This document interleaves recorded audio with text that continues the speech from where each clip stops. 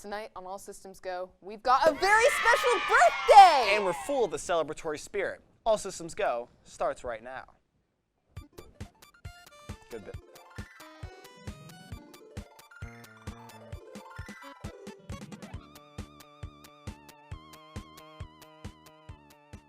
Hello, welcome to All Systems Go, the only show that just can't find its way home. I'm Nick New Hat. And I'm Jenica Jean Jacket. Let's dive right in. Twitch is now available to stream on the Nintendo Switch via the new app Amazon released this past week. It's basically just Twitch, but for the Switch. And now you have even more ways to watch the Game Awards Content Creator of the Year nominee, Dream. But you can only watch the streams. You cannot stream to Twitch from the app. You'll also be unable to chat through the app, so if you want to, you'll have to use your phone. I have literally no idea who would use this over phone, but it's an option now. You can now download Twitch on your Nintendo Switch in the Nintendo eShop. Disney Plus Day has come and gone with some exciting news for the platform and moviegoers alike. Marvel fans were treated to the arrival of Shang-Chi as well as updates for TV shows like Ms. Marvel, Moon Knight, and She-Hulk, along with news of the 90s X-Men cartoon reboot and a new show starring Agatha Harkness. We got a behind-the-scenes look at the new Obi-Wan Kenobi TV show also coming to Disney Plus. There were also numerous other specials added to the service, including a follow-up short to the popular animated movie Luca called Ciao Alberto. You can find out all Disney Plus has to offer on their website. Big news for Dragon Ball fans. There's a new online co-op game from Bandai Namco, Dragon Ball The Breakers. The gameplay consists of a team of 7 survivors who have to work together to escape the 8th player, known as the Raider. At launch, players can choose between Cell, Boo, or Frieza as the Raider, and survivors can use various weapons and vehicles to combat them.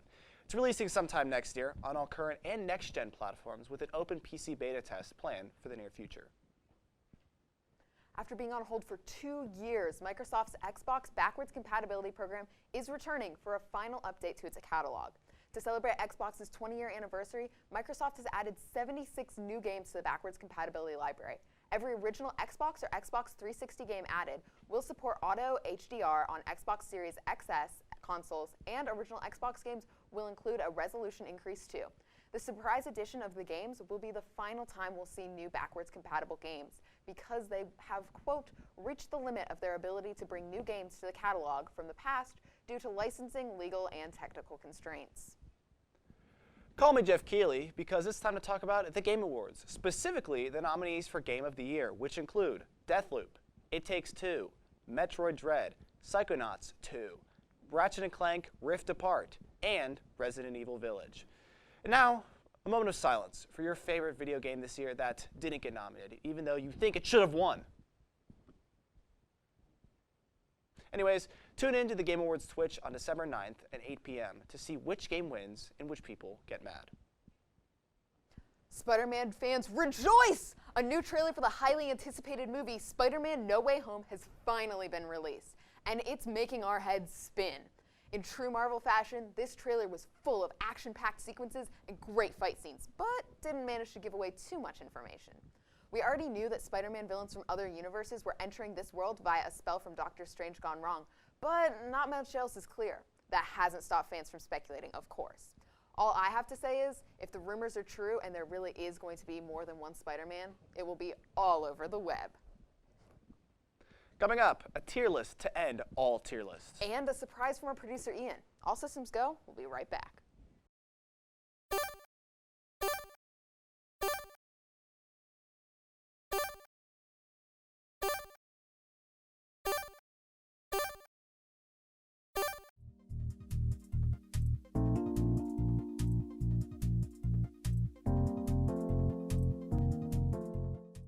Sophia took time out of her very busy week to rate maybe the most important topic we've ever discussed on the show. Let's take a look.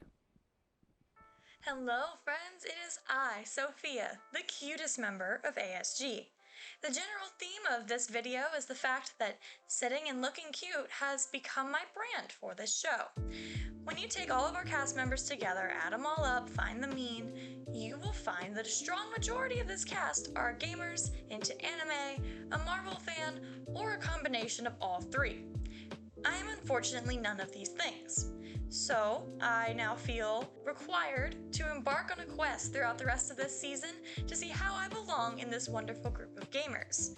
So, when coming up with the idea to rank different chips, I thought it would be smart to gain the perspective of a true representative of our cast population.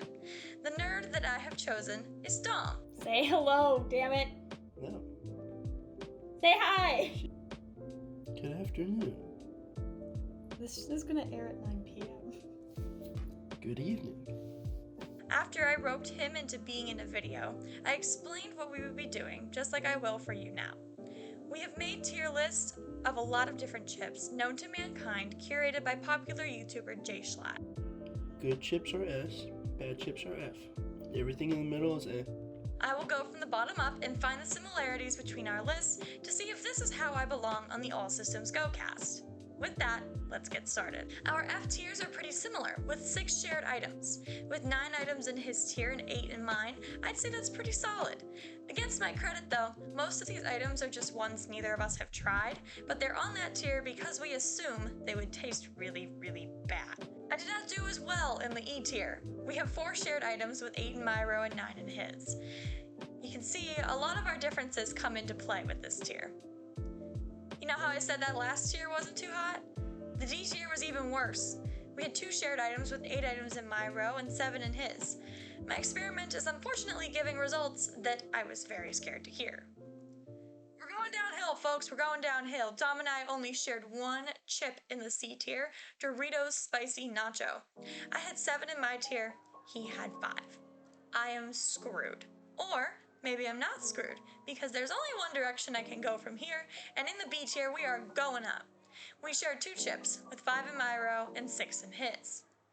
And now we have an exact tie. We each had 6 items in our A tiers, and we both shared the same opinion, that Lay's Sour Cream and Onion and Harvest Cheddar Sun Chips deserve to be in that row. I went down again in the S tier, but you know, that's okay. We both shared the favorite of Lay's Barbecue, but from there we were definitely way different. My man put original Pringles in the S tier, which should tell you all you need to know. I, however, made the correct choices, with Cool Ranch Doritos, Smart Food White Cheddar Popcorn, and Flamin' Hot Cheetos being some of my all-stars. I hope this chip battle made you laugh at least once. If you don't agree with either one of us, that is not my problem. The lesson I learned today is that I have correct opinions, regardless of whether or not I'm a gamer or a Marvel fan. So, I'm going to continue to be the oddball of this lovely cast. Any final thoughts as you peruse Discord with me? I want to go back to bed. Yeah, we can go back to bed. What are your Goodbye!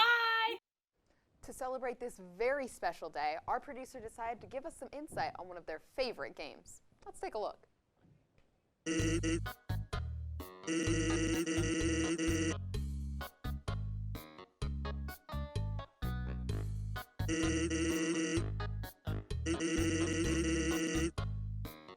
From humble beginnings. Now you may think that Mr. Toby R. Fox, developer and creator of Undertale, has always been the bitch he is today. And you're right! Before he got his start making games, he made ROM hacks, one of his most famous being Radiation's Halloween hack. He also made some pretty choice music for his then friend's semi-popular webcomic. Like, a lot of music. This is, in fact, partially why Undertale was so big. People recognized him from the work on the comic, and they said, hey, that's pretty cool, I know that guy. But that's a video for another day. Now this actually all changed when he came across this particular Tumblr post. He's gone on record saying that the designs on these cards made him want to make a game featuring them. Now he actually eventually lost motivation for that, and his original idea eventually turned into... Now, unless you've been living under a rock, if you're even somewhat into video games, you've probably heard of Undertale. It's arguably one of the most influential indie games of the 2010s. It has a lot of wonderful character design and a fantastic soundtrack. It's pretty cool. But this video is not about Undertale. It's about...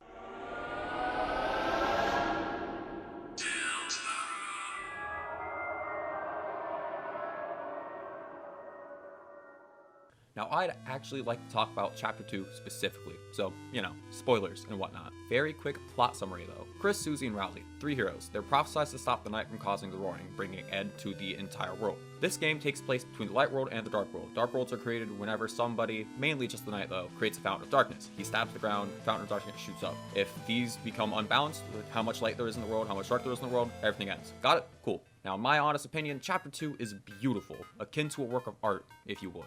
It explores a lot of the themes from the first chapter. There's a lot of fun gameplay elements. It's got one of the best boss themes that Toby Fox has ever created, and it's an all-around good time. It focuses a lot on Chris's relationship with Noelle and Birdley, who were two side characters in Chapter 1. And unlike Chapter 1, your choices matter. There are actually two different routes to take in Chapter 2, the normal route and the Snowgrave/Weird/Peepus route. Each one of these routes gives unique interactions with the characters, and they actually have different final bosses. Plus, Chapter 2 does a really decent job of showing us that the antagonists of the chapter aren't necessarily quote-unquote evil. Queen, the main antagonist for the normal route, is trying to open a fountain, but it's not because she's evil. She says that she wants Noelle to be happy, and she's only doing this because she's seen what the knight has done, and she figures that's the best course of action to take. When Rowley explains to the party that opening more fountains will cause the roaring, she genuinely doesn't know that, so it's not like she's doing this to cause the end of the world, which I think is really cool. Even the Snowgrave route final boss, Spamton G. Spamton, isn't like an evil guy. Now, speaking of Spamton, parallels between him and the main character Chris are magnificent. Spamton G. Spamton is a thrown-away puppet that sells you garbage out of a dumpster for Cromer. He's a weird little guy that's being controlled by some outside force. He wants to be free from his strings, both literally and metaphorically. Now, at the end of the fight in the normal route, Chris is visibly shaken by this. Now, this is just some speculation, but it's probably because Chris is going through the exact same thing as Spamton, because we, the player, are forcing Chris to act against their will, like some kind of marionette or some sort of puppet, if you would. And I actually think this is one of Deltarune's strongest selling points. It's painting a beautiful conflict between the main character and the player. At the end of both chapters, Chris removes their soul from their body so that the player can't control them anymore. And in Chapter 2, Chris does this to open a brand new fountain of darkness, which has a lot of implications. But I just think it's such an interesting take on games, because not a lot of games try to explain how you factor into the story. They make it so the character is either just like a blank slate you can project yourself onto, or it's just not really addressed. And I just think this is a really unique story element that I haven't seen before. Anyways, play Deltarune. I give it 9 out of 10 chroma. After the break, we'll join Liam on whether reviews truly matter. All systems go. We'll be right back.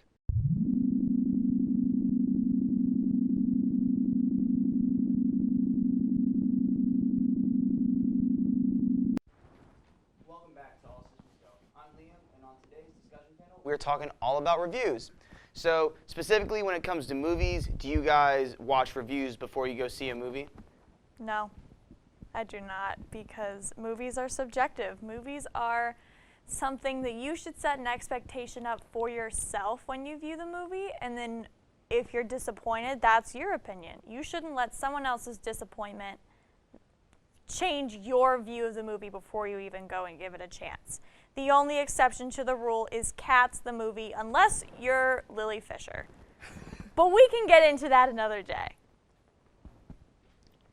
Yeah, no, I completely agree. I also don't watch reviews before, or read reviews before watching a movie. I know what I like. I know if I'm excited for a film, even if it gets bad reviews, I'm gonna watch it anyways. If I'm disappointed, then I'm disappointed. But like, you know, at least I've had 2 hours of, you know, some generally, for the most part, enjoyable time.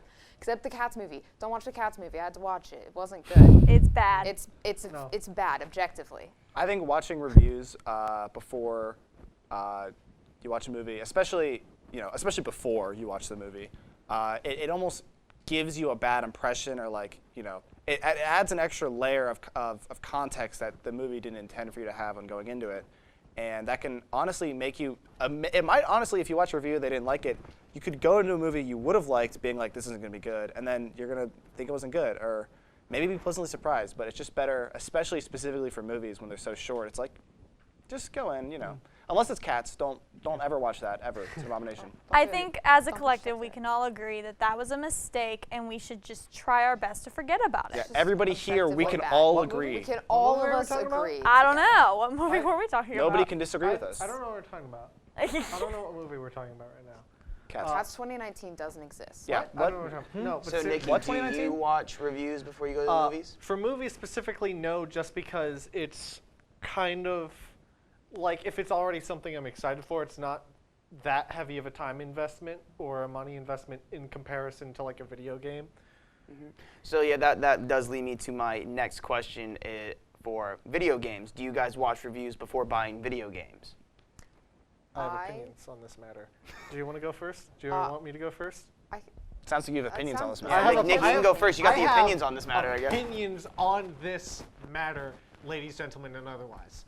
So here's my opinion. You should go and find a reviewer you like. You should go like shopping for game reviewers. Anything that's like a group of different reviewers, like IGN, garbage. Waste of your time. Don't even bother. It's been a while since I've really paid all that much attention to reviewers in that way, though. But I think it's really good. I mostly just don't watch reviews because I don't have as much time for it as I used to.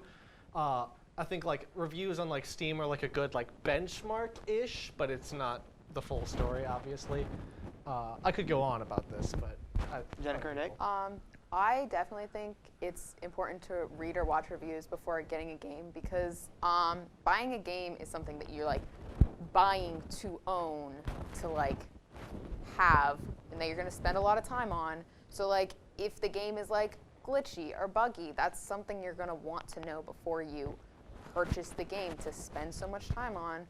And if you don't like, and like also because a lot of the game is like reviews is like how the actual gameplay works, which is important to know if you're making an investment in your entertainment. Yeah, games, there's a lot more, there's definitely a lot more aspects to consider than movies.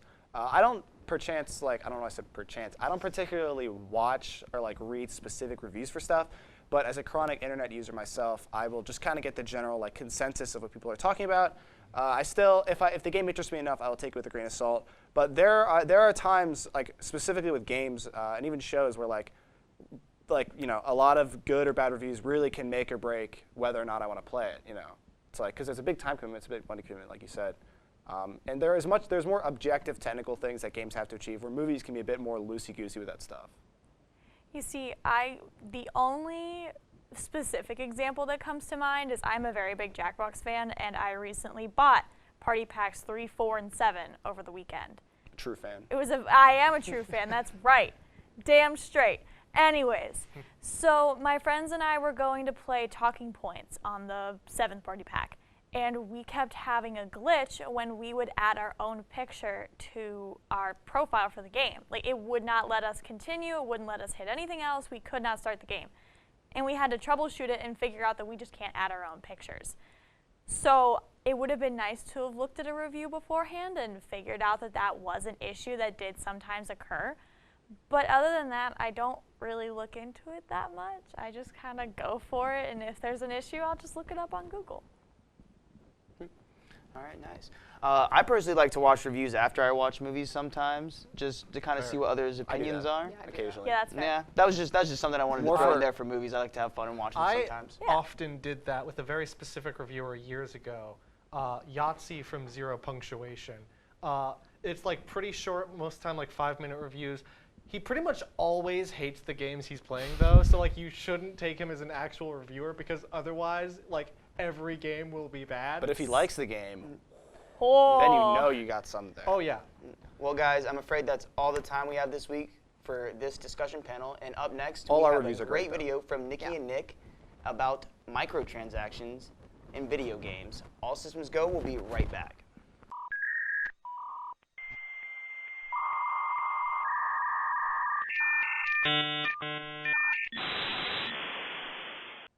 Ever been annoyed by microtransactions in games? Well, Nick and Nikki have some thoughts on that. Luckily, you don't have to pay for this loot box of information. Hey, do you like money? I mean, of course. Then what if instead of selling our game once, we make players constantly pay for content while diminishing the quality of the product at the same time? But only we benefit from that. Literally everyone else will hate us. Yeah, but we get rich. Where do I sign? By most accounts, the first recorded instance of microtransactions in video games actually goes back to an arcade game, Double Dragon 3: The Rosetta Stone, in 1990.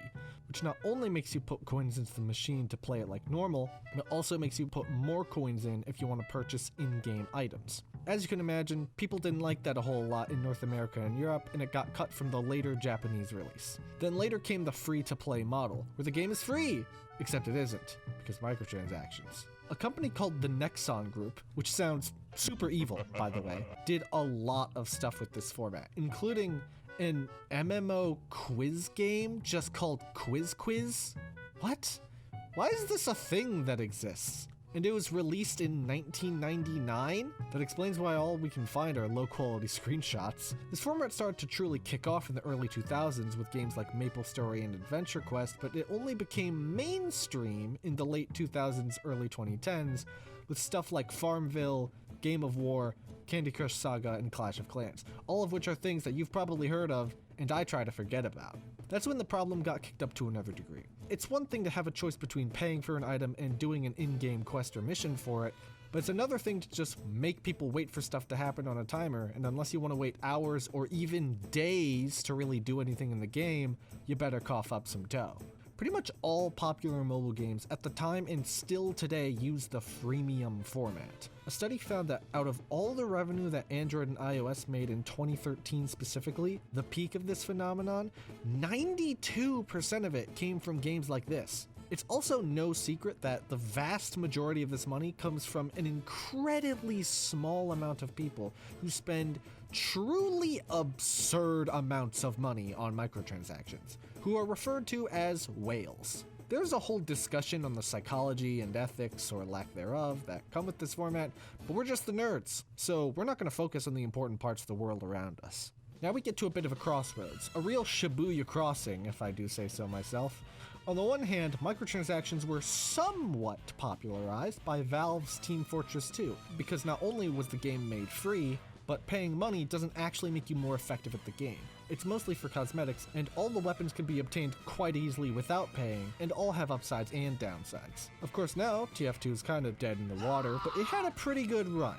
However, this is when microtransactions started making their way into full $60 releases. Grand Theft Auto 5, Middle-earth Shadow of War, even my beloved Devil May Cry 5 also falls victim to this dreaded phenomenon. Not only that, but games started to do the TF2 thing, but started to do it worse, because now you can get the dreaded loot boxes, where you get completely random cosmetics. You can't choose to just pay money for the item you want. You pay money for the loot box in order to get a chance to get the item you want. Overwatch is an infamous example, but a lot of these games are still completely playable without needing to pay money. Okay, fine. We'll talk about Battlefront 2. No, not that one. The 2017 one. Okay, why did EA call the new games Battlefront when their gameplay was completely different from the originals? And I know a lot of people, anybody with an internet connection during the fall of 2017 knew about EA's controversial progression system for Battlefront 2. So credits were the in-game currency you'd accumulate over time from playing the game or doing challenges. So you could spend them on abilities to upgrade the various soldier classes, unlock new heroes, or you could just drop $20 and unlock them all instantly. This is called pay to win, folks. Players estimated it would take roughly 40 hours of gameplay to accumulate enough credits to just unlock Darth Vader. This was obviously such a ridiculous amount of time, so it would force players to just pay up.